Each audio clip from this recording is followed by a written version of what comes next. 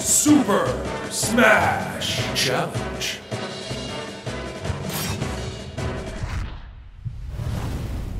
Hello everybody, I'm your host Fernando, and welcome to the end of Super Smash Bros. Challenge. That's not the name of the series. And welcome to the end of Super Smash Challenge. It's been a great 10 weeks of telling you to do stuff in Smash and judging all of you. Before we announce the winners of Super Smash Challenge, let's go over last week's winners. In 5th place, we have Link Zelda Games, with 5 minutes and 58 seconds left on the clock on Easy using Peach.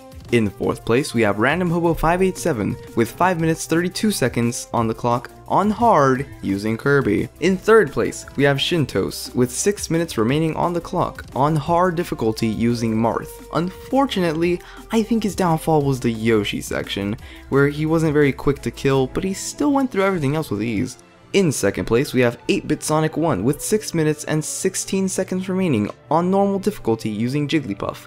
I love how quick and nimble he used Puff and throwing all those fairs and bears like, bruh, she's a mean pink fighting machine right there. Nice rollout at the end too. And in 1st place, we have JDT001 with 6 minutes and 24 seconds remaining on the clock on normal difficulty using Captain Falcon, who has the fastest dash in the game. He blasted through the Yoshi section insanely quickly. Very fast attempt, beating out everyone else, even given the factor of difficulty. Very well done. Anyways, now that we have that out of the way, let's get on to this week's question answer. Last week's question was, what character's target test does not play the target song? The answer to this is Ice Climbers. Instead, it plays the Ice Climbers theme song to match the stage itself. Now it's time to announce the winners of Super Smash Challenge. On screen is all the people to ever participate in these 10 weeks. And to reward the top participants, I'll go over them a little bit. In 4th place overall with 12 points, we have the guy that was consistently second behind Nick for a majority of the season, 8-Bit Sonic 1. He has a bit of a lead from everyone else, as in he basically has twice as many points as 5th place, so I feel it's only fair to include him as well. His YouTube channel consists of Let's Plays, of course, but he's actually really good compared to most channels of his size. Right now he's playing through Sonic Adventure 2 Battle. I highly suggest checking his channel out, and even following him on Twitter at 8BitSonic1. In 3rd place overall with 14 points, we have Random Hobo 587. He had a good run through each challenge, and considering he got over 10 points, that means he had some high placements throughout the entire series. He stood his ground at 3rd place for a majority of the season, and I thought Nitro was the consistently 3rd guy. Danny doesn't upload consistently on his YouTube channel like he used to, but he's a good friend of mine, so I highly suggest checking him out anyways and following him on Twitter at randomhobo587. In 2nd place overall with 17 points, we have JDT001. The guy that joined the community out of nowhere and rose to the top of the series. He had an excellent placements, considering he got up to 2nd place, even though he started pretty late into the season. Absolutely insane. Could have made it to 1st if there was just one more week. Josh does indeed have a YouTube channel where he does Let's Plays. He currently is playing Fire Emblem Radiant Dawn on hard mode. So go check out his channel and follow him on Twitter at JDT_the_CRT. And in 1st place overall with 18 points, the king of Super Smash Challenge Season 1, Midnight Zero. Honestly, I saw this coming in the beginning. Unless some super top level players started participating in the challenges, then I knew Nick would win the season. He got 1st place quite a few times, allowing him to lay back on the last 2 weeks because he had that big of a lead. You may recognize him because he's actually been on the channel quite a bit, like Project M Versus with Nate. He also has his own YouTube channel where he does Let's Plays, but unfortunately right now he's not doing anything because school is keeping him away.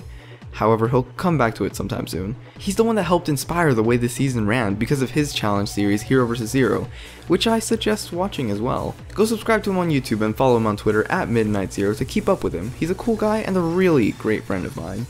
Now a quick shout out to the rest of the peeps who participated. Shintos, Link Zelda Games, Nitronic Gamer, Eon, A Plombernulp, Nate, ZGamer217, The Placid Tiger, Krios Uranus, Mind to Kampf, and Will Figler. Now that this season is over, it's time to prepare for the future. Super Smash Challenge was voted on to be based on Melee by the people, so it only makes sense that Season 2 is also voted on by the people. So I've left a straw poll in the description so you can decide the next season's game.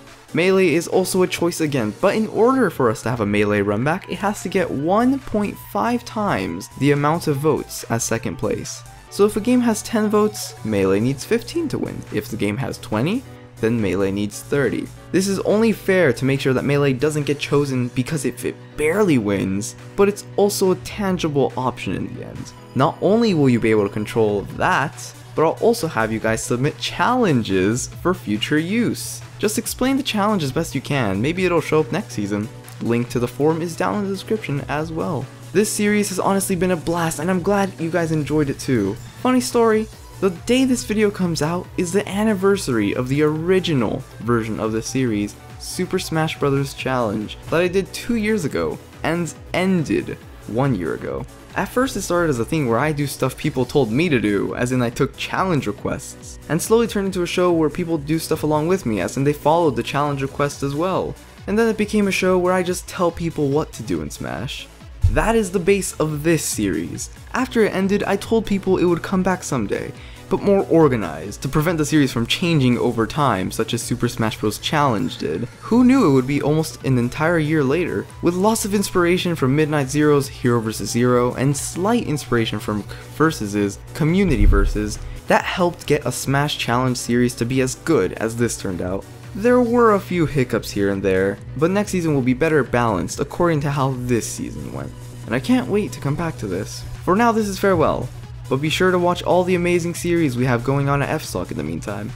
I'll see you dudes later, peace out, and have a wonderful day.